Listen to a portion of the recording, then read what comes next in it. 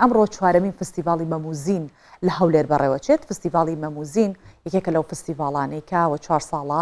ئەنجامەدرێت هونەردۆستان ئاشناییان پێهەیە. ناوەندی ڕۆشنبیری مەموزین ئەمە چوارەم ساڵە کە فستیڤاڵی ساڵانەی خۆی ئەنجامەدات. جا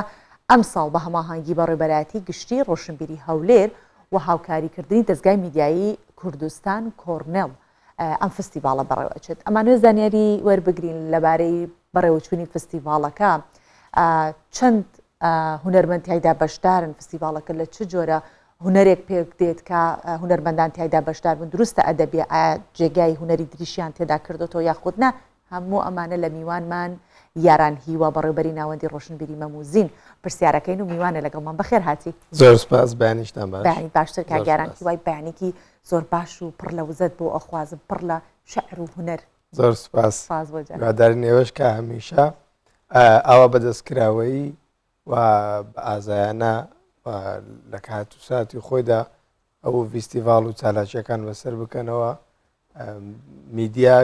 کاریگەریەکی زۆر زۆری هەیە بۆ هەموو بوارێک بۆ ئەوەی کە ئەو پەیامەی هەر شوێنێکە هەیەی بگەێنی دوازە لە ڕێگەی میدیا و دەچێتە ناو کۆمەڵگا. زۆر سپاس بەوە دەرفەتی ئێوەش. سپاس بۆ جەنابتان کاگیاران. هەر مەبەستی پرۆگرامی بەیانی 24ش هەمان شتەکە ئەم ئێرە ئەم پرۆگرامە سەکۆیەک بێت بۆ دەرخستنی تەواوی تواناکانی هەر تاکێکی کورد لە هەر شوێنێکی ئەم کوردستانە چالاکیە کە ئەنجامەدات و جگەلەوە لە خودی خۆی و خەڵکی ناوخۆی خۆمان لە کوردستان هەوڵی ئەوە ئەدات کە بەشەکانی دیکەی کوردستانش بێتن تە باوشی باشوورەوە و لێرە چالاکیەکان ئەنجامات. جا سەبارەت بەوە حەزەکەم بزانم ئەم فستیڤاڵە تایبەتە بەس بە باشوورەوە یان پەیوەستە بە پارچەکانی دیکەی کوردستانیشەوە؟ ڕاستەکەی مادەم ئێمە ئەدەبیاتی کوردی کە ئەدەبیاتێکی کۆنا و مادەم ئێمەش کە هەڵگری ناوی مەموزینی ئەحمەدی خانین و ئەحمەدی خانشی هەموو کوردێکە کەواتە دەبێ لە ئاستە بەرپرسیارەتەدا بین کە ئێمەشی هەموو کوردین. بەڵێ ئێمە بۆ چوارەمین ساڵی فیستیڤاڵی مەموزین وەکو ساڵەکانی دیکە هەم لە ڕۆشنبیران و ڕووناکبیران هەم لە میوانان لە هونەرمەندان بانگشتمان کردوون لە ڕۆژهەڵاتی کوردستانەوە هاتوون، لە باکووری کوردستانەوە هاتوون، لە ڕۆژ ئاوای کوردستانەوە هاتوون. توانین بڵێن فیستیڤاڵی مەموزین بۆ تا سنتەرێک بۆ کۆبوونەوەی ڕووناکبیران و هونەرمەندان، بەڵام خۆشبەختانەوە چوارەم ساڵە و زۆر زۆر جیاوازە لەگەڵ ساڵەکانی کەواتە با بزانم جیاوازەکەی چێ بۆی کە بزانین ساڵ بە ساڵ کە ئەم فستیڤاڵ ئەنجامەدرێت هەنگاوەکانی چۆن ناوە بە چه ئاراستەیەک و هەوڵەدا چ جیاوازیەک دروست بکە لەگەڵ فستیڤاڵێکە ساڵی ڕابردوو ئەنجامی داوە. بەڵێ خۆشبەختانە ئێمە کە گەنجین لە نێو ناوەندی ڕۆشنبیری مەموزین کار دەکەین و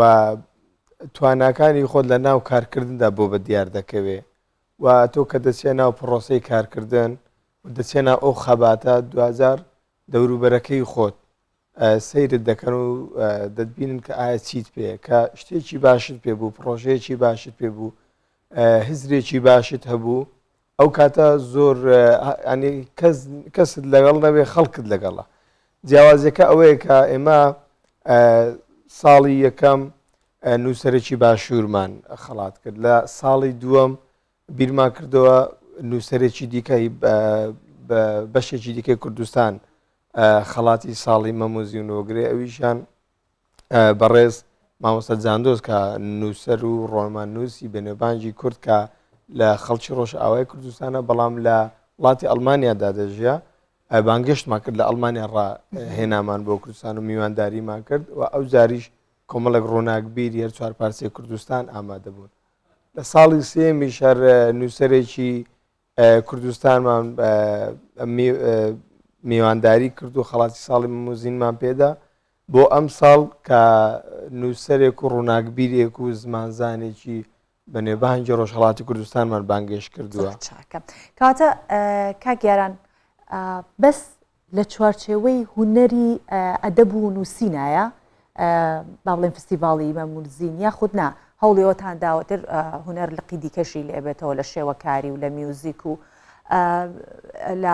با بڵێن گۆرانی وتر و ئەمانە. ئەم ساڵ هەوڵیەوەتان داوە جێگە یەکێک لەم ئەنگڵانەی دیکەی هوەر بکەنەوە ناو فستیڤاڵ وەڵاهی ئەوەی کە لە خەیاڵی ئێمەدا زۆر زیاترە لەوە ڕاستێک یاخوا بە پێی خیاڵەکەتان زۆر سپاس هیوادارین هیوادارین. ئێمە خەیاڵمان زۆر فراوانترە بۆی کە هەرێمی کوردستان و شاری هەولێریش بە تایبەتی خۆشبەختانە کە دۆخێکی وا هاتوۆتە پێش ئێستاکە دەتوانی ببێتە سنتەرێک بۆ سینەما بۆ ئەدەب بۆ هەموو شتێک یعنی ئەو دەرفەتێکی زۆر باشە کە کورد لە هەموو دنیا لە بەردەستێتی هیوادارم ببین ئێمە بۆ فستیڤاڵی مەموزین ئەومان بە هەلزانیوە ینی ئەو بابەتەمان بە گرنگ زانیوە کە جیاوازی هەبێ لەگەڵ ساڵەکانی دیکە بۆ ئەم ساڵێکێک لە تایبەتمەندیەکان ئەوەیە کە جگە لە لایەنە ئەدەبیەکەی نووسەر وەرجی ڕۆژهەڵاتی کوردستانمان بانگێش کردەوە بەڵام پانێڵێکمان هەیە بۆ ساڵڕۆژی کۆچی دوای مەمەد ئۆزۆن کە نووسەرێک و ڕووناکبیرێکی بەنێبانجی باکووری کوردستان بوو خاوەنی دەیان ڕۆمان و سەدان و وتاری ئەدەبیە کاریگەری زۆری هەبووە لەسەر مێژووی ئەدەبی باکووری کوردستان دیدارەکەمان بە خاتری ئانی بەناوی ئەو کردووە و لەژێر ئەو ناوەوە چوار نووسری چوار پارچەی کوردستاندا دەنووسن باسی ڕەوشی ڕۆمانی کوردی دەکەن هەرێکیان لە ناوچەکەی خۆیان جگە لەوە پێشانگایکی شێوەکاری بە ناوی قەڵای دمدم کە بۆ یەکەم جارە بۆ هونەرمەندێکی ڕۆژهەڵاتی مامۆستا ئیرەج قادری ئازەر ژیلەمۆ کە نێوە ئینەکەیتی کۆمەڵێک تابلۆی زۆر کوردی بەڵام زۆر شاکار زۆر شاکاری تایە بۆ منە قەڵای دمدمی تایە تابلوێکی زۆر گەورەیە بە بڵم بە قەبارە گەران من خۆم بانگێش کراوم بەم قسەی تۆ کەمەندەکێشمەکەی کە من ئەمڕۆ پرۆگرام تەواوکەم و هەواڵ تەواوکەم و بەرەو فستیڤاڵ شتێکمان کردووە ئێمە لە ئینەکەی خۆشمان ئەوەمان گوتووە کە ئەو ماندووبوونی ئێمە کردومانە چاوەڕوانەکەی خەڵک بە خەسار نادێ دەی زۆر چاکە کاتەوا بێت فستیڤاڵەکە یەک ڕۆژ ئەخایەنێت لەم یەک ڕۆژە چۆن خەڵک سەردانی بکە یاخود پێشەنگاکە بەردەوامە بێت فستیڤاڵەکە چەند ڕۆژ و پێشەنگاکە چەند ڕۆژ بەردەوامە بێت ئەزانی چۆن ئەو گلەیە هەبووە ڕاستیەکەی خۆشبەختانە من بەر لەگەڵ جەنابەت بچینە نێو بەرنامە سەیرم کرد لە ڕانیە فستیڤاڵ هەیە لە سلێمانی فستیڤاڵ هەیە لە چەند شوێنێکی دیکە چالاکی ترافیکی فستیڤاڵەکانە ئەوە زۆر شتێکی دڵخۆشکەرە ئەوە زۆر شتێکی باشە کە ئێمە بەس هەموو فۆکسمان لەسەر ڕووداوی سیاسی و کۆمەڵێک شتی ناخۆش و شەڕ نەبێ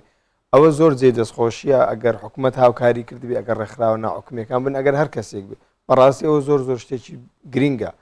اینجا بۆ بابەتی مەسلەی ئێمە کە یەک ڕۆژە بۆ ڕاستیت پێ بڵێم خەڵک کات لە لای خەڵک زۆر گرینگە لەو سەردەمی خێراییە ئێمە کارەکانمان زۆر چڕ و بەپڕی ئێناومانە بەڵام چڕشمان کردوتە بۆی کە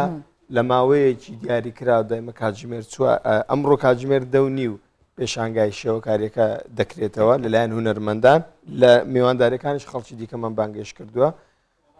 کاتژمێر 10:30 پێشانگاکە دەکرێتەوە لە گەلەری میدیا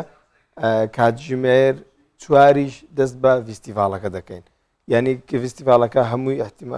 2 ساعت و نیو پانێڵ و تێدایە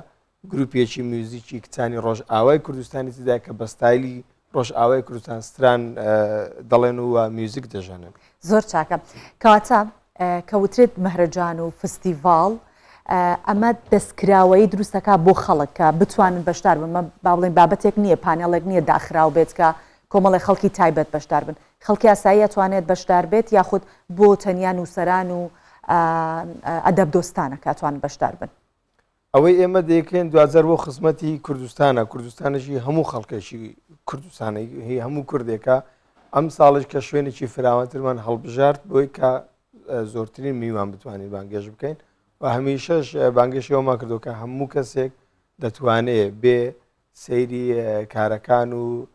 بەرنمەکانی فستیڤاڵی چوارەمی ساڵی مەموزین بکات هیوای سەرکەوتنی فستیڤاڵێکی زۆر باشتان بۆ ئەخوازم کە گەران دووبارە بە خێرهاتی سوپاس دەکەین کاتت لەوە زیاتر ناگرین چکە زانیم من بۆ زۆر مەشغوڵە بیت هیوای سەرکەوتنتان بۆ خوازم بەو هیوایی کە منش بتوانم ئامادە بم زۆر سپاس هیوادارم زۆر سپاس بۆ ئێوە